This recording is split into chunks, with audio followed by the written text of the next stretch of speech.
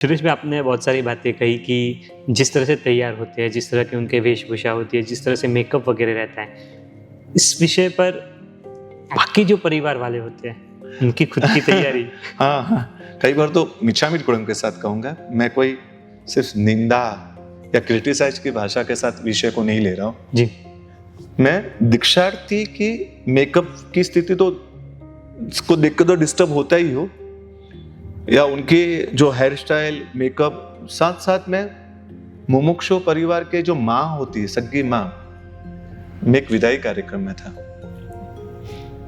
मैं श्रोता के रूप में था, लेकिन 5 दीक्षार्थी में से एक दीक्षार्थी के माँ के साथ चेन्नई के हिसाब से गहरा संबंध था और आत्मा के दृष्टिकोण से भी उनके साथ संबंध था। वो कभी भी आत्मा का ढीलापन, उनको कई कोई प्रश्न होते तो वो पूछते रहते जी। तो वो संबंध है, मेरे सगे खास मित्र की बहन है, तो उन्होंने मुझे बताया, तो मैं उनकी लड़की की दीक्षा थी और 5 दीक्षार्थी है। सभी दीक्षार्थी के मम्मी पापा ने हेयर स्टाइल वाली बुलाई थी खुद के लिए, दीक्षार्थी के लिए, खुद के लिए भी हेयर स्टाइल वाली, मेकअप वाली बुलाई थी, 5-10 हजार खर्च करके मेकअप वाली बुलाई।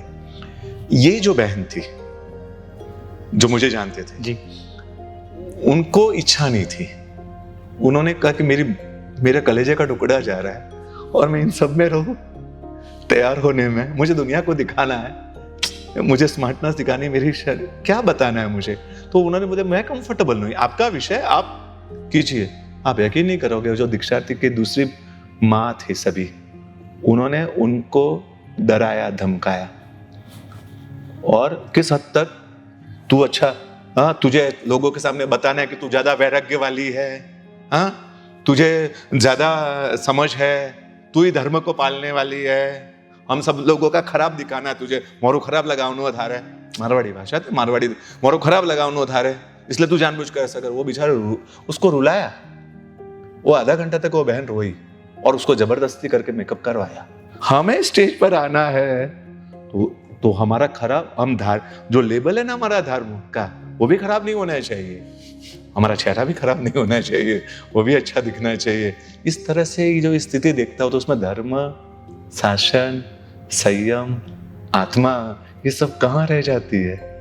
और ये दिखावा, ये दुनिया अगर दीक्षार्थी के विदाई कार्यक्रम के माध्यम से बनती है या दीक्षार्थी के कार्यक्रम के माध्यम से बनती है तो थोड़ा चिंतन करने की चिंता नहीं होती है जी।